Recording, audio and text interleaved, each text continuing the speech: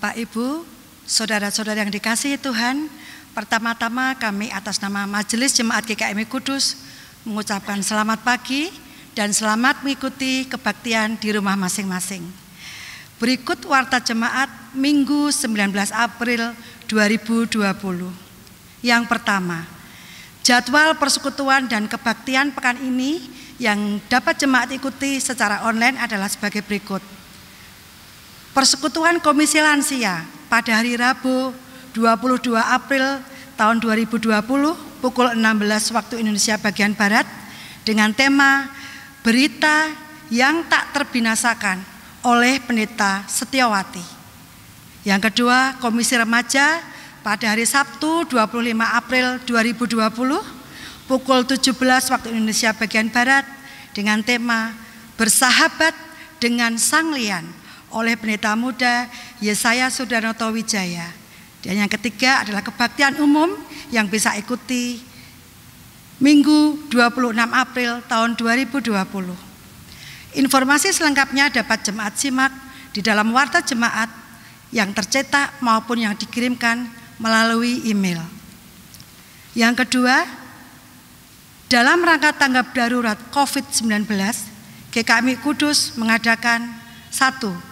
Pelayanan sosial bagi jemaat GKMI Kudus dan masyarakat sekitar dalam bentuk kedai sedekah, pembagian masker dan paket sembako, dan telah dimulai tanggal 13 April tahun 2020. Yang kedua, penggalangan dana bantuan bagi pelayanan Rumah Sakit Mardi Rahayu dan pelayanan MDS Sinode GKMI. Kiranya jemaat menjadi periksa dan mohon dukungan serta partisipasi jemaat. Yang ketiga, bagi jemaat yang ingin menyampaikan persembahan dapat disampaikan dengan beberapa pilihan seperti yang tercantum di dalam warta jemaat tercetak maupun yang dikirimkan melalui email dan klip saat pelayanan persembahan dalam kebaktian ini. Demikian warta yang kami bacakan. Selamat beribadah dan Tuhan memberkati. Saudaraku, mari kita bangkit berdiri untuk memuji dan memuliakan nama Tuhan. Yesus, kemuliaan-Mu.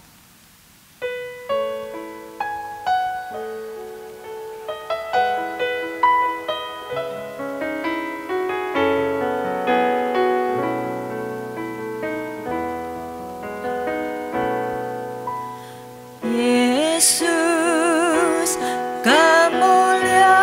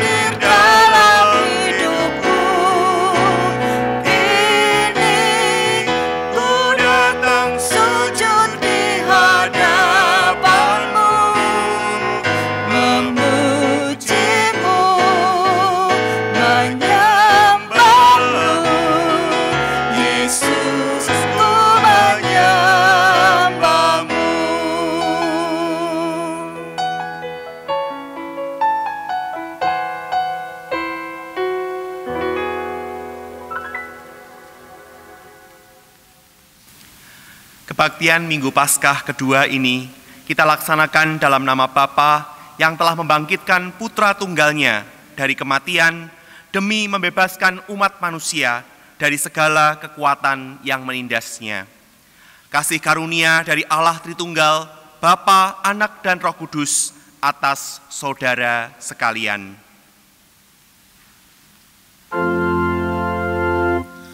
Mulia bagi Bapa, bagi Anak serta Roh Kudus, dari permulaannya, sekarang dan akan jadi selama-lamanya.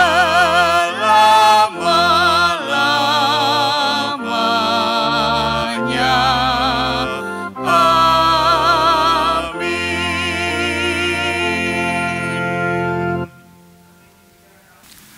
Allah turut bekerja dalam segala sesuatu untuk mendatangkan kebaikan bagi mereka yang mengasihi Dia, yaitu bagi mereka yang terpanggil sesuai dengan rencana Allah.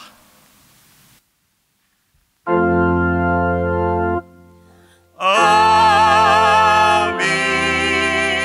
Amin. Amin.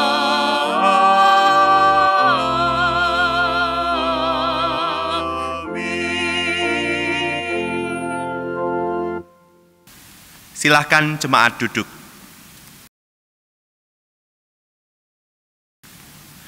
Selamat hari Minggu.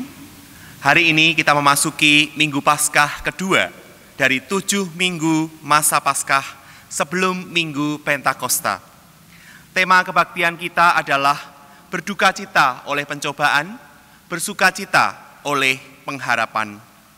Di tengah segala persoalan yang sedang kita hadapi saat ini, kiranya kebangkitan Tuhan yang kita rayakan memelihara dan menumbuhkan pengharapan kita umat tebusannya. Di masa darurat COVID-19 ini, kiranya kita tetap rajin beribadah, bukan cuma hari Minggu, tetapi setiap hari kita mengawali hari dengan merenungkan firman Tuhan dan berdoa. Memohon pimpinan dan pertolongan Tuhan bagi kita dan bagi sesama kita, agar masa darurat COVID-19 ini dapat kita jalani bersama dengan saling asah, asuh, dan asih. Mari kita bangkit berdiri, kita memberikan salam damai satu sama lain, seraya menaikkan pujian, "Oh betapa indahnya."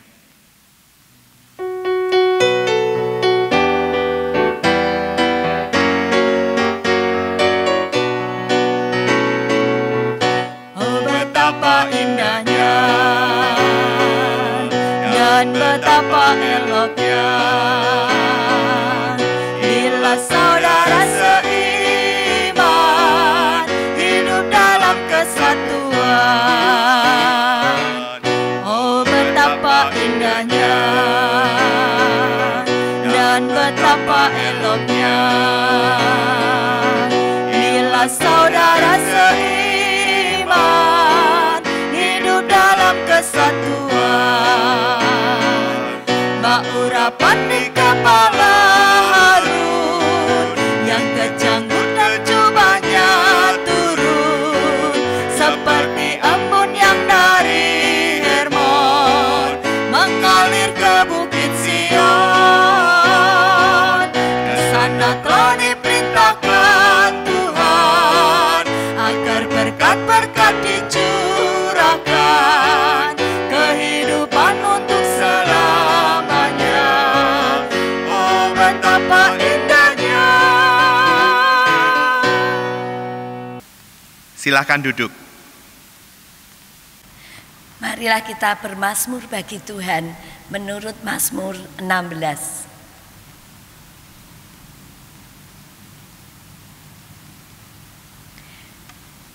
Jagalah aku ya Allah, Sebab padamu aku berlindung.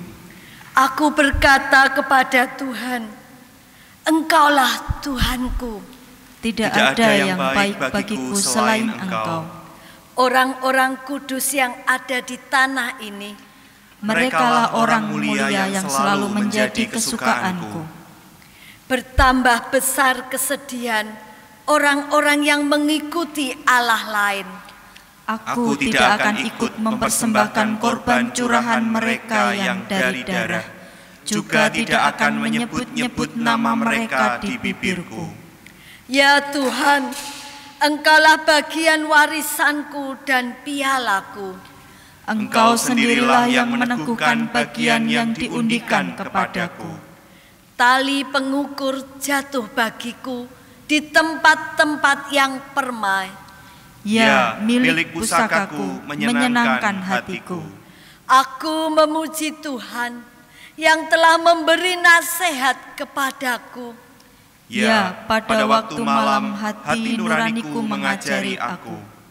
Aku senantiasa memandang kepada Tuhan. Karena Ia berdiri di sebelah kananku, aku tidak goyah. Sebab itu hatiku bersukacita dan jiwaku bersorak-sorak. Bahkan tubuhku akan diam dengan tenteram. Sebab Engkau tidak menyerahkan aku ke dunia orang mati, dan tidak membiarkan orang kudus-Mu melihat kebinasaan. Engkau memberitahukan kepadaku jalan kehidupan. Di hadapan-Mu ada sukacita berlimpah-limpah, di tangan kanan-Mu ada nikmat senantiasa. Kau yang terindah.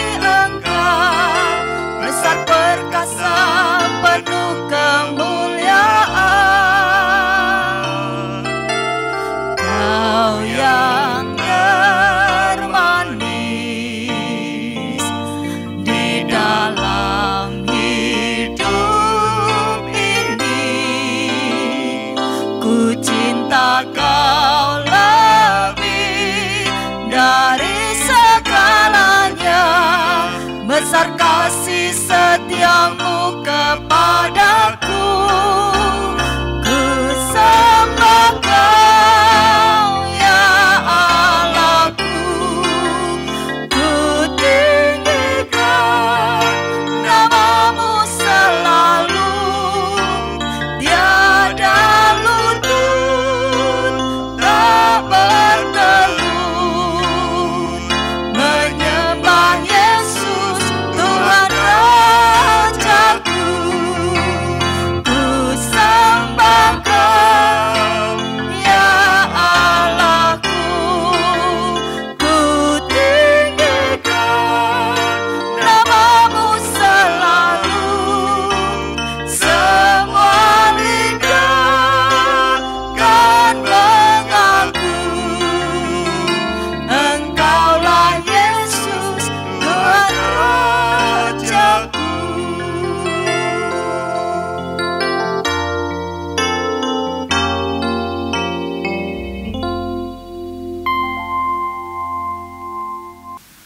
Mari kita mengakui segala dosa kita kepada Tuhan dan memohon anugerah pengampunan dan pembaruannya atas kita. Tuhan Allah Bapa kami yang di surga, pada pagi hari ini Tuhan kami datang kepadamu, hendak memohon rahmat pengampunan-Mu atas kami. Tuhan, ampunilah kami, karena seringkali kami tidak cukup memiliki iman kepadamu. Di tengah-tengah pergumulan dan masalah yang mendera kehidupan kami justru meragukan kasih-Mu. Kami mempertanyakan, apakah Allah sungguh mengasihi kami? Dan ampuni kami juga ya Tuhan, ketika di masa-masa yang sulit di dalam kehidupan kami, seringkali kami tidak menjadikan Engkau sebagai satu-satunya sumber pengharapan di dalam hidup kami. Kami justru mencari pihak-pihak di luar Tuhan untuk menolong kami, untuk kami jadikan sebagai sumber pengharapan kami. Dan hasilnya Tuhan, seringkali kami justru malah semakin terlilit dengan masalah-masalah yang baru. Demikian juga Tuhan, seringkali kami tidak cukup mencintai-Mu. Ketika hidup kami menjadi begitu sulit, pergumulan-pergumulan hidup datang di dalam kehidupan kami. Tuhan, kami berubah setia. Kami tak lagi mencintai-Mu. Bahkan seringkali kami berlaku tidak taat. Oh Tuhan, ampunilah segala dosa dan kelemahan kami. Tolonglah kami ya Tuhan, agar melalui kuasa Roh-Mu yang kudus dan juga kuasa kebangkitan yang membangkitkan Kristus Yesus dari antara orang mati, kami boleh dimampukan untuk hidup dengan iman, pengharapan, dan kasih yang tetap teguh kepadamu. Terima kasih ya Bapa. Di dalam nama Tuhan kami Yesus Kristus, kami berdoa. Amin. Mari kita bangkit berdiri untuk menerima berita perdamaian yang diambil dari Yesaya 55 ayat 7. Baiklah orang fasik meninggalkan jalannya dan orang jahat meninggalkan rancangannya. Baiklah ia kembali kepada Tuhan, maka Dia akan mengasihaninya, dan kepada Allah kita, sebab Ia memberi pengampunan dengan limpahnya. Mari kita tujukan dan siapkan hati kita untuk menerima firman-Nya dengan menaikkan pujian Batu Karang Perlindungan.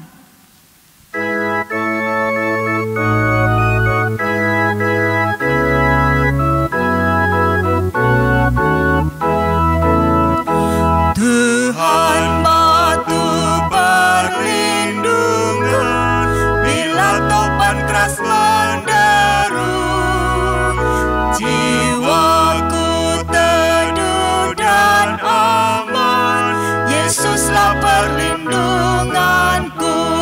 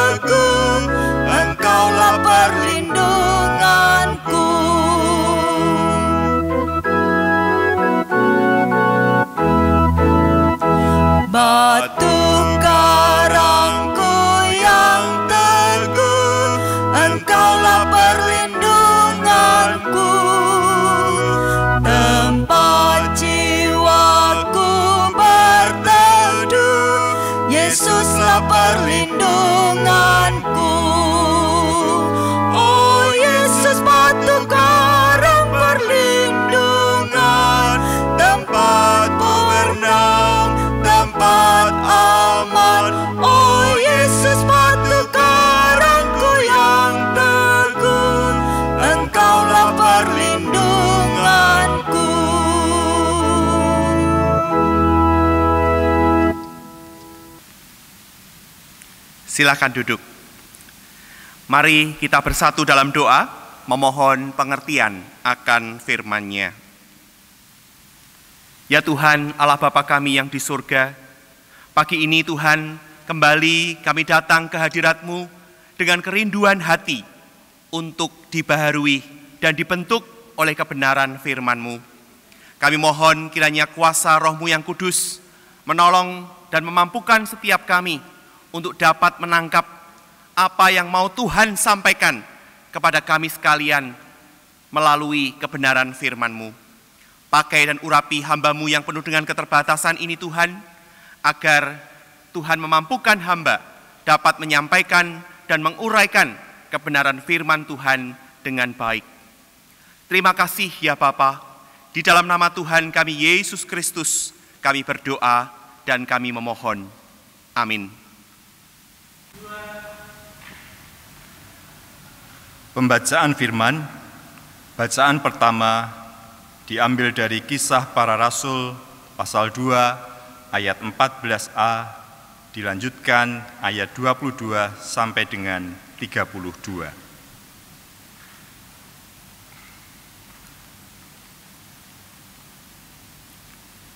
Maka bangkitlah Petrus berdiri dengan ke-11 rasul itu, dan dengan suara nyaring ia berkata kepada mereka, "Hai orang-orang Israel, dengarlah perkataan ini. Yang aku maksudkan ialah Yesus dari Nazaret, seorang yang telah ditentukan Allah dan yang dinyatakan kepadamu dengan kekuatan-kekuatan dan mujizat-mujizat dan tanda-tanda yang dilakukan oleh Allah dengan perantaraan Dia di tengah-tengah kamu, seperti yang kamu tahu. Dia yang diserahkan Allah menurut maksud dan rencananya telah kamu salibkan dan kamu bunuh oleh tangan bangsa-bangsa durhaka.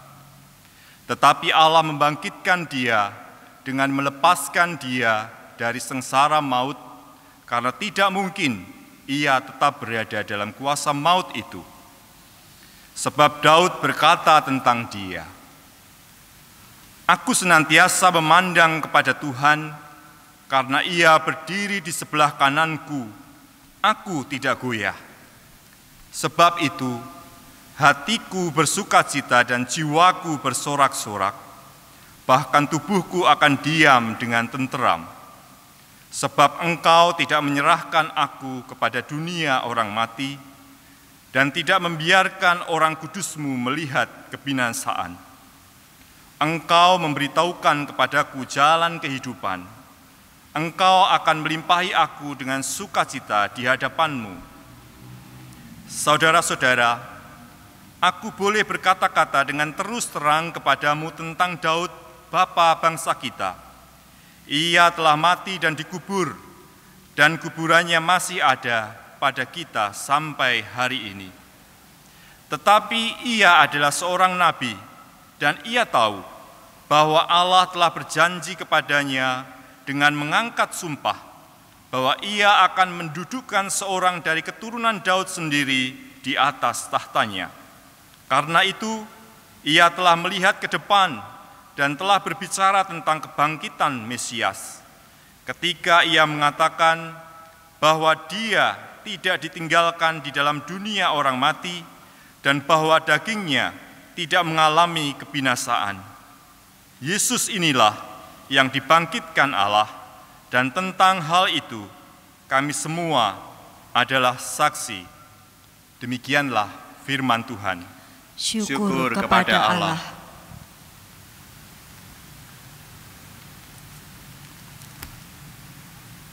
Bacaan kedua diambil dari 1 Petrus 1 ayat 3 sampai dengan 9.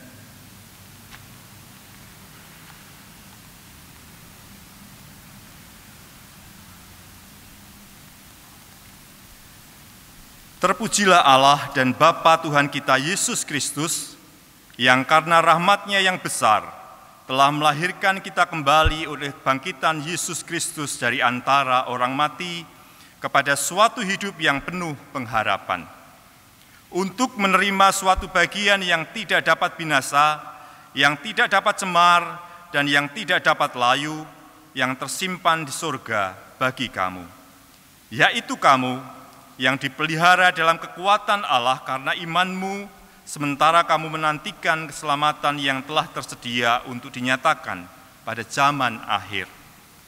Bergembiralah akan hal itu, sekalipun sekarang ini kamu seketika harus berduka cita oleh berbagai-bagai pencobaan.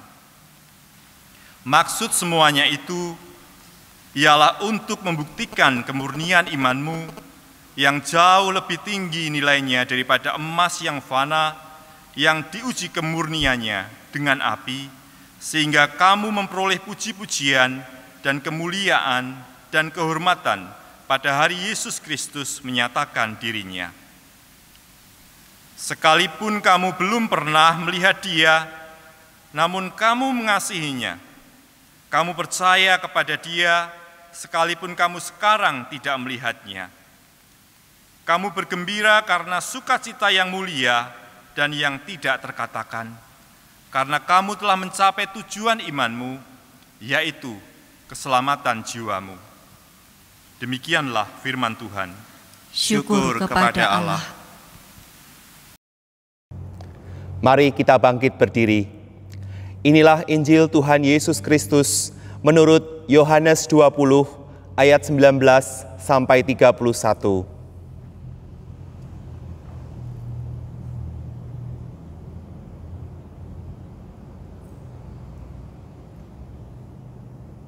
Ketika hari sudah mulai malam, ketika hari sudah malam, pada hari pertama minggu itu, berkumpullah murid-murid Yesus di suatu tempat dengan pintu-pintu yang terkunci karena mereka takut kepada orang-orang Yahudi. Pada waktu itu datanglah Yesus dan berdiri di tengah-tengah mereka dan berkata, "Damai sejahtera bagi kamu." Dan sesudah berkata demikian, Ia menunjukkan tangannya dan lambungnya kepada mereka. Murid-murid itu bersuka cita ketika mereka melihat Tuhan. Maka kata Yesus sekali lagi, "Damai sejahtera bagi kamu. Sama seperti Bapa mengutus aku, demikian juga sekarang aku mengutus kamu." Dan sesudah berkata demikian, Ia mengembusi mereka dan berkata, "Terimalah Roh Kudus. Jikalau kamu mengampuni dosa orang, dosanya diampuni. Dan jikalau kamu menyatakan dosa orang tetap ada, dosanya tetap ada." Tetapi Thomas, seorang dari ke-12 murid itu, yang disebut Didimus, tidak ada bersama-sama mereka ketika Yesus datang ke situ. Maka kata murid-murid yang lain itu kepadanya, "Kami telah melihat Tuhan." Tetapi Thomas berkata kepada mereka, "Sebelum aku melihat bekas paku pada tangannya, dan sebelum aku mencucukkan jariku ke dalam bekas paku itu, dan mencucukkan tanganku ke dalam lambungnya, sekali-kali aku tidak akan percaya." 8 hari kemudian, murid-murid Yesus berada kembali dalam rumah itu, dan Thomas bersama-sama dengan mereka. Sementara pintu-pintu terkunci, Yesus datang, dan Ia berdiri di tengah-tengah mereka dan berkata, "Damai sejahtera bagi kamu." Kemudian Ia berkata kepada Thomas, "Taruhlah jarimu di sini, dan lihatlah tanganku. Ulurkanlah tanganmu, dan cucukkan ke dalam lambungku, dan jangan engkau tidak percaya lagi, melainkan percayalah." Thomas menjawab Dia, "Ya Tuhanku dan Allahku." Kata Yesus kepadanya, "Karena engkau telah melihat aku, maka engkau percaya. Berbahagialah mereka yang tidak melihat, namun percaya." Memang masih banyak tanda lain yang dibuat Yesus di depan mata murid-muridnya, tetap yang tidak tercatat dalam kitab ini. Tetapi semua yang tercantum di sini telah dicatat, supaya kamu percaya bahwa Yesuslah Mesias, Anak Allah, dan supaya kamu oleh imanmu memperoleh hidup dalam nama-Nya. Demikianlah Injil Tuhan Yesus Kristus.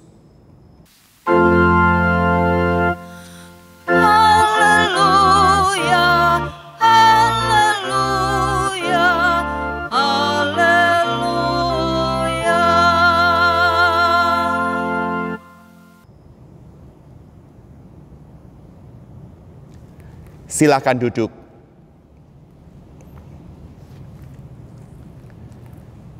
Saya mengajak jemaat untuk membuka kembali surat 1 Petrus pasal yang pertama ayat 3 sampai 9 yang menjadi salah satu bacaan leksionari kita pagi ini, karena itulah yang menjadi nats yang akan kita renungkan pada firman Tuhan pagi hari ini.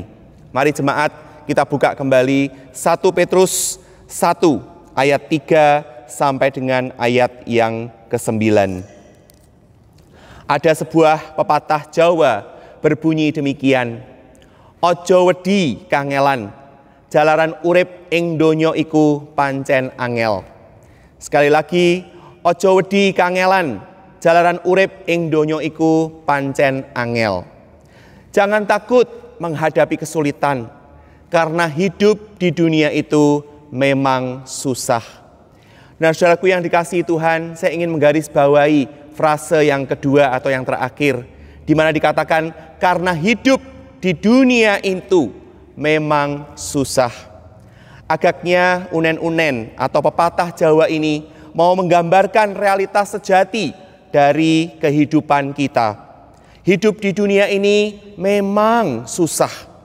Siapapun kita, apapun latar belakang kita, selama kita masih menginjak tanah di bumi ini, kita harus menghadapi apa yang namanya kesusahan. Sepasti kematian, kesusahan bisa mendera siapa saja, baik orang percaya maupun orang tidak percaya. Lalu pertanyaannya, apa bedanya? Apa beda orang percaya dan orang tidak percaya? Bukan kesusahan, karena keduanya mengalami. Tetapi yang membedakan orang percaya dan orang tidak percaya adalah tanggapannya terhadap kesusahan. Surat 1 Petrus ini, saudaraku, adalah surat penggembalaan yang ditujukan bagi orang-orang percaya yang tersebar di Pontus, Kapadokia, Asia Kecil, dan Bitinia. Kalau saudara baca di ayat yang pertama ya, di pasal 1 ayat 1. Mereka mengalami rupa-rupa kesusahan. Penyebabnya pun beragam. Ada yang mengalami kesusahan oleh karena kedagingan mereka, kebiasaan buruk yang masih mempengaruhi mereka. Itu saudara bisa baca di pasal 2 ayat 1 dan 11. Ada juga yang susah akibat kejahatan yang mereka alami. Misalnya saudara, kalau saudara baca di pasal 2 ayat 18, di situ saudara akan menemukan ada para hamba yang diperlakukan dengan begitu bengis oleh tuannya. Atau juga para istri yang suami-suaminya dikatakan di pasal 3 ayat 1 tidak taat pada firman. Sampai kesusahan yang juga timbul oleh karena mereka berbuat hal-hal yang baik dan benar. Nah, ini juga saudara bisa lihat di pasal 3 ayat 13 dan 17. Lalu juga di pasal 4 ayat 14 dan 16. Semuanya ini saudara, kalau mereka itu sampai mengalami kesusahan karena mereka berbuat apa yang baik dan benar, itu tidaklah terlepas dari iman yang mereka miliki. Iman Kristen yang mendorong mereka supaya mereka taat kepada Yesus Kristus dan memiliki cara hidup yang baik. Nah, maka saudaraku yang dikasihi Tuhan, tujuan atau agenda ditulisnya surat 1 Petrus ini adalah untuk menguatkan dan menumbuhkan iman mereka. Bagaimana caranya? Penulis surat ini mengajak pembacanya untuk mengucap syukur atas apa yang Allah telah lakukan dalam hidup mereka. Memangnya apa yang telah Allah lakukan? Saudara baca, mari kita lihat di ayat 3. Di situ dituliskan, terpujilah Allah dan Bapa Tuhan kita Yesus Kristus, yang karena rahmat-Nya yang besar telah melahirkan kita kembali oleh kebangkitan Yesus Kristus dari antara orang mati. Nah saudara, ada satu frase yang menarik sekali disebutkan di ayat 3a ini, yaitu melahirkan kembali. Nah, lalu kita bertanya, apa arti dari melahirkan kembali ini? Arti dari melahirkan kembali ini adalah memberikan suatu hidup yang baru. Allah ingin orang-orang percaya pada waktu itu memulai suatu hidup yang baru. Hidup yang baru seperti apa sih yang Allah berikan kepada mereka? Hidup yang baru itu, saudara, dicirikan oleh dua kata kunci yang dapat kita temukan di dalam teks kita pagi hari ini. Yang pertama, di ayat 3 disebutkan bahwa hidup yang baru itu adalah hidup yang penuh pengharapan. Nah, kalau saudara membaca di dalam beberapa terjemahan, maksud saya Alkitab terjemahan bahasa Inggris, maka frase yang dipakai untuk hidup yang penuh pengharapan ini adalah a living hope. Pengharapan yang hidup. Nah, lalu kemudian kita mengejar lagi ya. Pengharapan yang hidup ini adalah pengharapan apa sih? Kita lihat ayat 4, saudara. Pengharapan yang hidup ini adalah pengharapan untuk menerima suatu bagian yang tidak dapat binasa, yang tidak dapat cemar, dan yang tidak dapat layu, yang tersimpan di sorga bagi kamu. Hal ini, saudara, juga sejajar dengan keselamatan yang telah tersedia untuk dinyatakan pada zaman akhir. Kalau saudara lihat di ayat 5. Sejajar juga dengan ayat 7 yang menyebutkan puji-pujian dan kemuliaan dan kehormatan pada hari Yesus Kristus menyatakan dirinya. Intinya, saudaraku, pengharapan ini bicara tentang keselamatan jiwa di ayat 9. Seperti halnya Yesus yang dibangkitkan dari antara orang mati. Pengharapan itu, pengharapan untuk hidup kekal bersama dengan Tuhan adalah sebuah kepastian. Pengharapan ini tidak sama dengan pemahaman orang banyak pada umumnya. Misalnya, saya punya harapan, saudara, suatu kali saya bisa melayani, tinggal dan hidup di Kalimantan. Misalnya, boleh nggak saya berharap demikian? Boleh saja. Tetapi apakah harapan itu dapat saya capai? Belum tentu.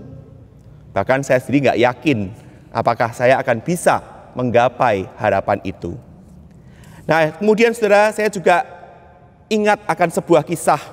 Ada seorang neurolog yang juga seorang psikiater berkebangsaan Yahudi, yaitu Viktor Frankl. Tadinya ia bekerja sebagai kepala bagian neurologi di rumah sakit Rothschild di Wiener, Austria. Namun kemudian dalam rentang tahun 1942 sampai 1945, dia ditangkap dan dijadikan salah satu tahanan di kamp konsentrasi di zaman Hitler. Yang menarik, saudara, ketika Viktor Frankl ini menjadi tahanan di kamp konsentrasi itu, dia mulai mengamati teman-temannya sesama tahanan yang ada di sana. Dia mulai mencoba untuk melihat bagaimana sih tanggapan orang-orang terhadap penderitaan yang mereka alami selama mereka berada di kamp konsentrasi. Secara umum, saudara, ada 3 tanggapan yang orang miliki ketika ia berada dalam penderitaan atau tekanan yang berat. Dalam bahasa Inggris, semua tanggapan atau respon itu dimulai dengan huruf F. Yang pertama, saudara, tanggapan orang ketika dia berada dalam tekanan yang berat adalah F, fight, melawan. Dan itu juga yang disaksikan oleh Viktor Frankl. Dia mengatakan ada beberapa tahanan yang meresponi penderitaan itu dengan menjadi brutal atau jahat. Seolah-olah dia berkata, karena aku diperlakukan dengan begitu jahat, maka aku harus balas dendam. Memangnya dia saja yang bisa menyakiti saya. Saya juga bisa berbuat lebih jahat dari apa yang dia lakukan pada saya. Nah, ini, saudara, adalah respon orang yang fight. Dia melawan, dia memberontak, dia marah terhadap penderitaan dan tekanan yang dia alami. Dan itu juga bisa lahir dari kepahitan yang ada dalam hati mereka. Yang kedua, saudara, tanggapan orang ketika dia berada dalam tekanan yang berat adalah dia freeze. Dia cuman berdiri kaku, ya, berdiam saja, tidak bisa berbuat apa-apa. Dan itu juga yang disaksikan oleh Frankl. Dia berkata, ada beberapa tahanan yang hanya bisa menyerah. Dia give up dengan kondisi yang dia alami. Namanya saja menyerah, saudara, maka dia tidak berbuat apa-apa. Dia memilih untuk diam saja. Disuruh mengenakan pakaian, dia tidak mau. Disuruh mandi, dia menolak. Diperintahkan untuk keluar karena mau diperiksa, dia juga tidak mau. Dimulai dari diminta baik-baik, sampai kemudian diancam dan bahkan dipukul. Mereka pun tidak bergeming. Mereka sudah menyerah. Karena apa? Karena mereka telah kehilangan harapan. Yang ketiga, saudara, orang yang berada dalam tekanan hidup yang berat, mereka akan merespon dengan flight ya, jadi melarikan diri. Dia akan pergi kepada sesuatu. Dan saya boleh tambahkan di sini, flight into fantasy. Dia melarikan diri kepada fantasi, kepada harapan-harapan yang dia coba untuk dia ciptakan di dalam hidupnya. Viktor Frankl bercerita, banyak juga tahanan yang pada waktu itu bergantung pada pengharapan bahwa kalau mereka tetap bisa hidup, mereka bisa mendapatkan kembali apa yang telah direnggut dari mereka. Jadi saudara, dulu di dalam kamp konsentrasi ini, orang-orang kan diambil atau ditangkap dari berbagai tempat, ya, dari kota-kota mereka. Jadi mereka harus meninggalkan keluarga mereka, pekerjaan mereka, jabatan yang ada, yang mereka miliki pada waktu itu. Dan mereka berharap, suatu saat kalau saya sudah nggak lagi ada di kamp konsentrasi ini, aku akan pulang dan aku akan bisa mendapatkan itu semua. Dan betul saudara, setelah mereka dibebaskan, banyak yang kembali pulang ke rumah mereka. Tapi apa yang terjadi saudara?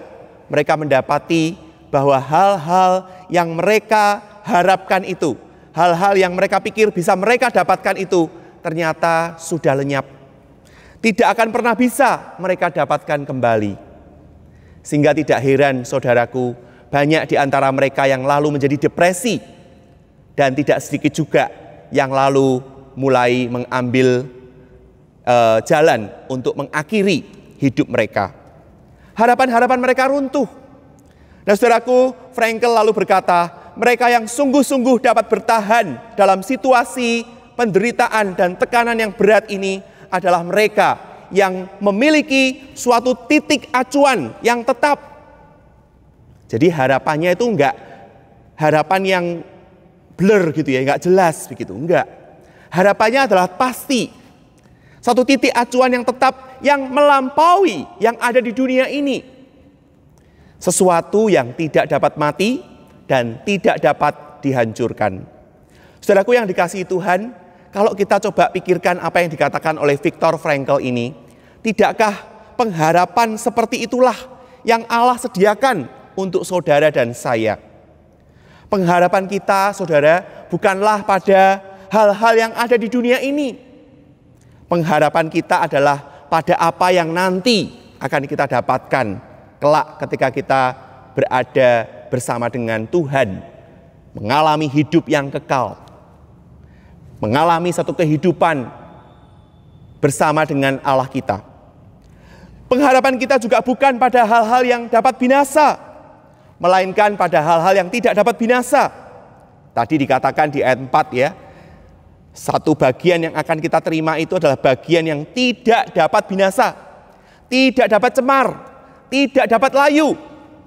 Itu saudara yang menjadi pengharapan kita. Yang kedua saudaraku, selain pengharapan, hidup yang baru itu juga dicirikan oleh pemeliharaan Tuhan. Hal ini bisa kita lihat di ayat 5, di mana mereka yang dilahirkan kembali dikatakan akan dipelihara oleh kekuatan Allah karena iman. Pemeliharaan Tuhan ini saudara adalah apa yang senantiasa boleh dialami selama seseorang itu berada dan hidup di dunia ini. Pemeliharaan Tuhan itu bukan berarti bahwa kita semua akan bebas dari masalah. Pemeliharaan Tuhan juga bukan berarti penderitaan kita menjadi lebih ringan dibandingkan dengan orang lain. Bukan. Pemeliharaan Tuhan itu ditunjukkan lewat kekuatan. Ya, kekuatan untuk bisa menanggung penderitaan itu. Dan bukan hanya itu saja, saudara. Melalui penderitaan itu, iman kita, dikatakan tadi ya saudara ya, di bagian ayat yang ke-7, bahwa justru melalui penderitaan-penderitaan itu, sebetulnya iman kita dimurnikan, dan kasih kita kepada Tuhan juga diuji. Ya, seberapa jauh kita tetap mengasihi Tuhan. Nah, saudaraku, di dalam kitab ya, Alkitab kita ini, satu tokoh yang mungkin sangat tepat untuk menggambarkan hal ini ya, bahwa di tengah-tengah penderitaan dia tetap boleh mengalami pemeliharaan Tuhan adalah Yusuf. Kita tahu saudara ya, dan kita membaca di dalam kitab Kejadian bahwa Yusuf nampaknya harus kehilangan masa-masa mudanya, di mana pada usia yang masih sangat belia, ia telah dijual oleh saudara-saudaranya, dijual kepada seorang saudagar, dan kemudian dibawa ke Mesir. Dan ia harus menjalani satu kehidupan yang tidak mudah di sana, karena dia menjadi budak. Nah saudara, mungkin kalau saya katakanlah menjadi Yusuf pada saat itu ya, mungkin saya akan bertanya, kenapa Tuhan? Kenapa Engkau tega membiarkan kesialan ini menimpa diriku? Dan mengapa aku yang harus mengalami ini? Nah saudara, adakah kita bisa melihat pemeliharaan tangan Tuhan atas kehidupan Yusuf? Jelas saudara. Berkali-kali kalau saudara sekali lagi ya baca kitab Kejadian dalam kisah kehidupan Yusuf, kita melihat bagaimana Tuhan terus memimpin, Tuhan terus menolong kehidupannya. Sehingga bahkan sampai akhirnya Yusuf bisa menjadi pemimpin. Dia bisa menjadi orang kepercayaan Firaun. Dan bahkan di akhir kisah hidupnya, Yusuf bisa berkata, memang kamu telah mereka-rekakan yang jahat terhadap aku, tetapi Allah telah mereka-rekakannya untuk kebaikan, dengan maksud melakukan seperti yang terjadi sekarang ini, yakni memelihara suatu hidup bangsa yang besar. Oh maaf, maksud saya memelihara hidup suatu bangsa yang besar. Kejadian 50 ayat 20. Nah saudaraku, sekali lagi di sini kita boleh melihat bahwa di tengah-tengah penderitaan, di tengah-tengah kehidupan yang tidak mudah yang harus Yusuf jalani, Yusuf ternyata tetap mengalami pemeliharaan Tuhan dalam hidupnya. Dengan demikian saudaraku yang dikasihi Tuhan, kita saat ini pun juga mungkin mengalami berbagai macam penderitaan dalam hidup kita. Ada yang bergumul dengan sakit penyakit, ada yang bergumul dengan bencana alam, ada yang bergumul dengan persoalan ekonomi, persoalan relasi dalam keluarga, dan bahkan juga tentu saja badai COVID-19 sebagaimana saudara dan saya alami sampai hari ini.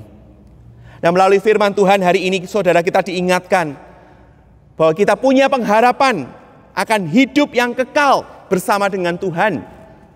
Pengharapan ini bukan PHP, saudara, bukan pemberi harapan palsu, ya. Tapi pengharapan ini adalah pengharapan yang pasti. Nah, maka PHP itu juga bisa diartikan pemberi harapan pasti. Ya, kita punya harapan yang pasti bahwa suatu saat kita akan hidup kekal bersama dengan Tuhan.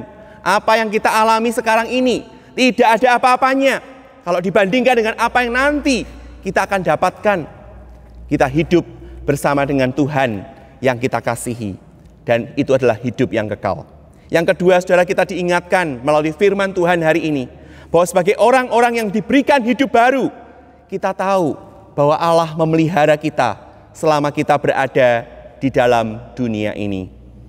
Meski pergumulan hidup menerpa, walau badai COVID-19 menghadang kita, ingat saudara-saudara, kita punya dua hal, pengharapan dan pemeliharaan Tuhan. Pengharapan dan pemeliharaan Tuhan. Ingat itu saudara. Kiranya Tuhan memberkati kita sekalian. Amin.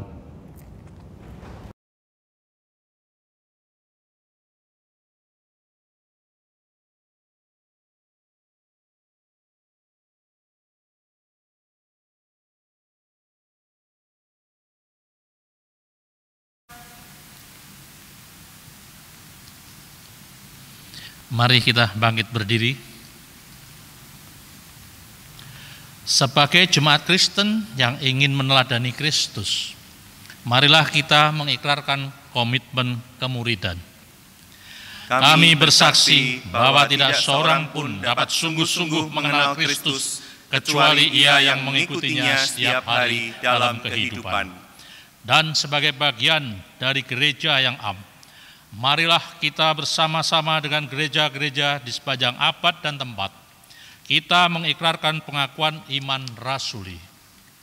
Aku percaya kepada Allah, Bapa yang Maha Kuasa, Khalik langit dan bumi, dan kepada Yesus Kristus, Anaknya yang tunggal Tuhan kita, yang dikandung dari Roh Kudus, lahir dari anak darah Maria, yang menderita sengsara di bawah pemerintahan Pontius Pilatus, disalibkan, mati dan dikuburkan, turun ke alam maut.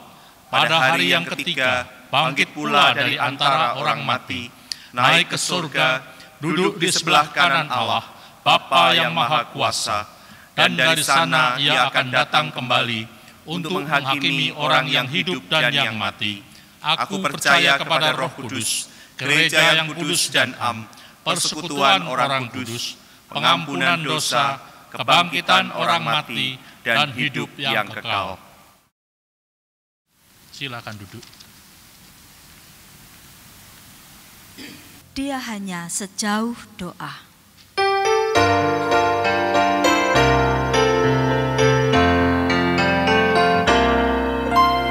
Bila sengsara menimpa ke atasmu, bila kelam kabut tak menentu hidupmu, ingat masih ada seorang penolong bagimu.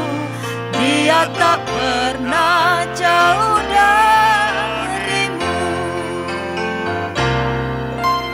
Bila godaan menggodai hidupmu, bila cobaan mencobai hatimu, ingat masih ada seorang penolong bagimu. Yesus selalu pedulikan kamu. Berseru memanggil namanya, berdoa dia akan segera menghampiri dirimu.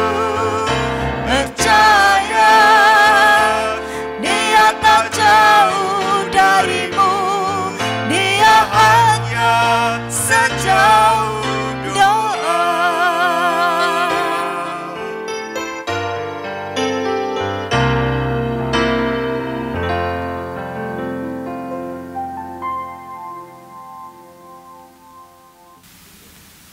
Mari kita berdoa. Ya Tuhan Allah Bapa kami, kembali kami datang di hadapan hadirat-Mu Tuhan pada saat ini.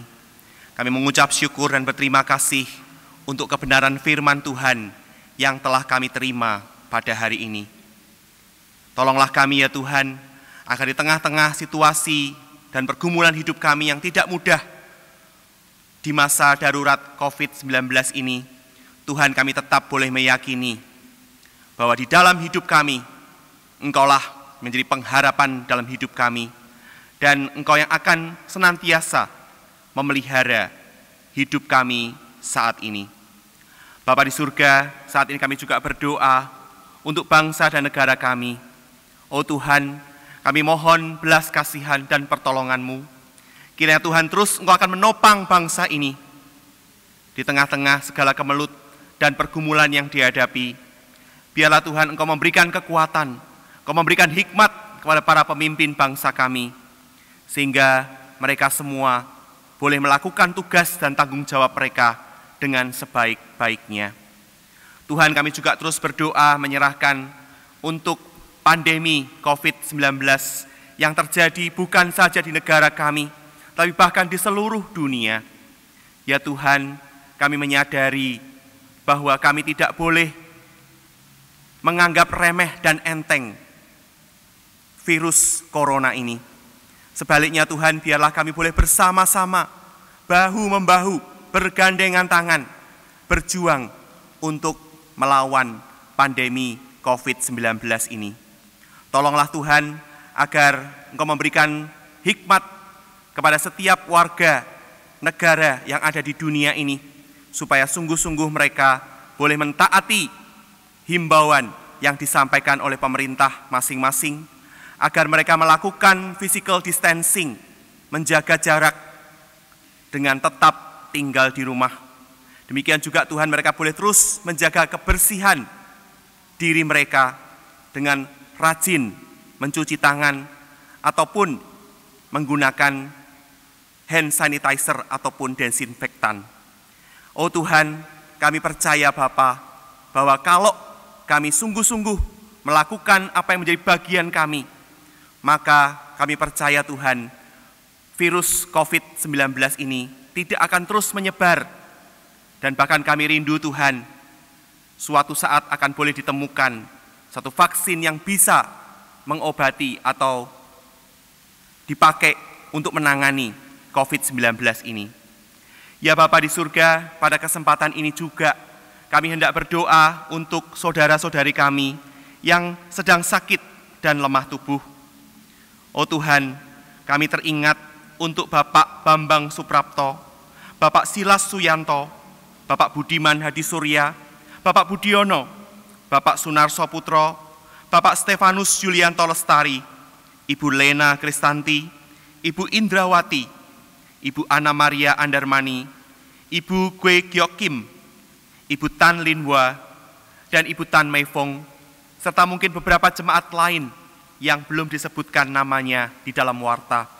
Namun Tuhan, Engkau tahu, Engkau melihat akan segala penderitaan yang mereka alami oleh karena sakit yang mereka derita.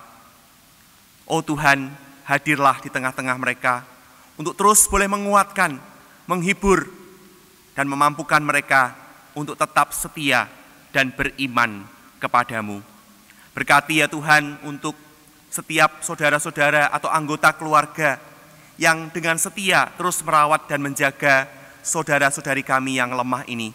Kiranya kepada mereka Tuhan juga mengaruniakan kesabaran, kekuatan, cinta kasih, agar mereka dapat mendampingi saudara-saudara kami yang sedang sakit ini. Terima kasih ya Bapa, seluruh rangkaian doa kami ini kami naikkan di dalam nama Tuhan kami Yesus Kristus yang telah mengajar kami berdoa. Bapa kami yang di surga, dikuduskanlah namamu, datanglah kerajaan-Mu, jadilah kehendak-Mu di bumi seperti di surga. Berikanlah kepada kami makanan kami yang secukupnya, dan ampunilah kami akan kesalahan kami, seperti kami juga mengampuni orang yang bersalah pada kami. Dan janganlah membawa kami ke dalam pencobaan, tetapi lepaskanlah kami daripada yang jahat. Karena Engkaulah yang empunya kerajaan dan kuasa dan kemuliaan sampai selama-lamanya. Amin. Mari kita memberikan persembahan dengan mengingat firman Tuhan dari 2 Korintus 9 ayat 6 sampai dengan 7. Camkanlah ini, orang yang menabur sedikit akan menuai sedikit juga, dan orang yang menabur banyak akan menuai banyak juga. Hendaklah masing-masing memberikan menurut kerelaan hatinya, jangan dengan sedih hati atau karena paksaan, sebab Allah mengasihi orang yang memberi dengan sukacita. Di bawah kepak sayapmu.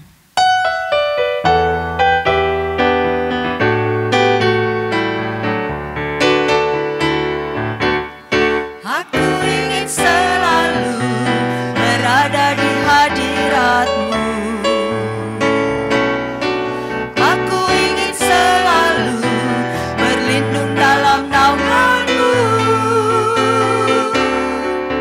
Di bawah kepak sayap-Mu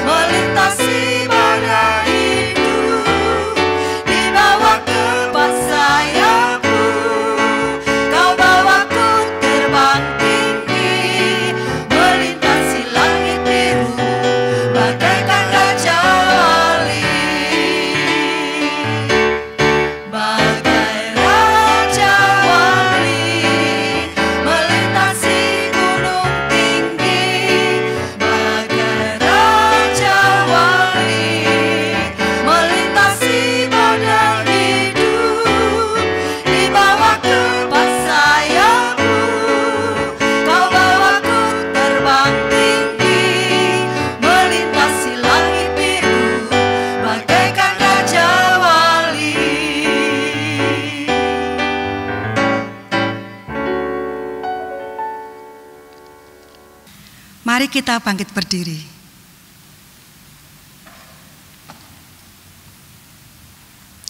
Tuhan, terimalah persembahan kami sebagai tanda cinta kami kepadamu dan rasa syukur kami atas segala kebaikan-Mu. Tolonglah kami agar dapat mengelolanya dengan baik bagi pekerjaan-Mu di dalam gereja dan di tengah masyarakat. Lebih dari persembahan ini, kami pun ingin mempersembahkan diri kami sebagai persembahan yang hidup bagi-Mu.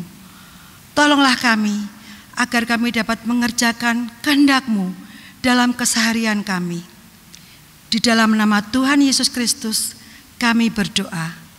Amin. Silakan duduk. Di penghujung kebaktian ini, mari kita naikkan Kidung Pamungkas, Tiap Langkahku.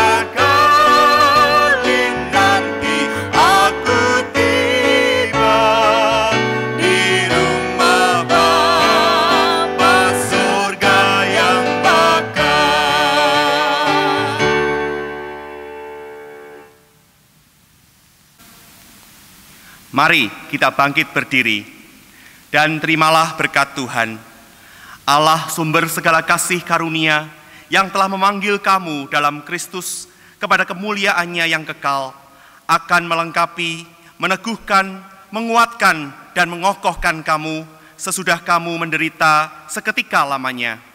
Ialah yang empunya kuasa sampai selama-lamanya. Amin.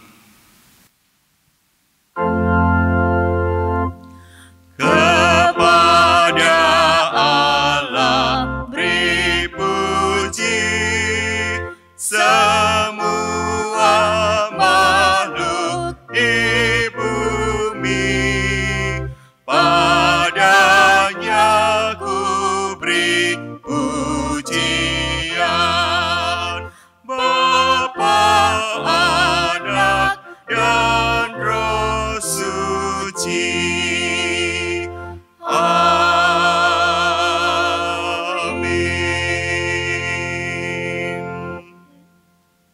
Silakan duduk dan bersaat teduh.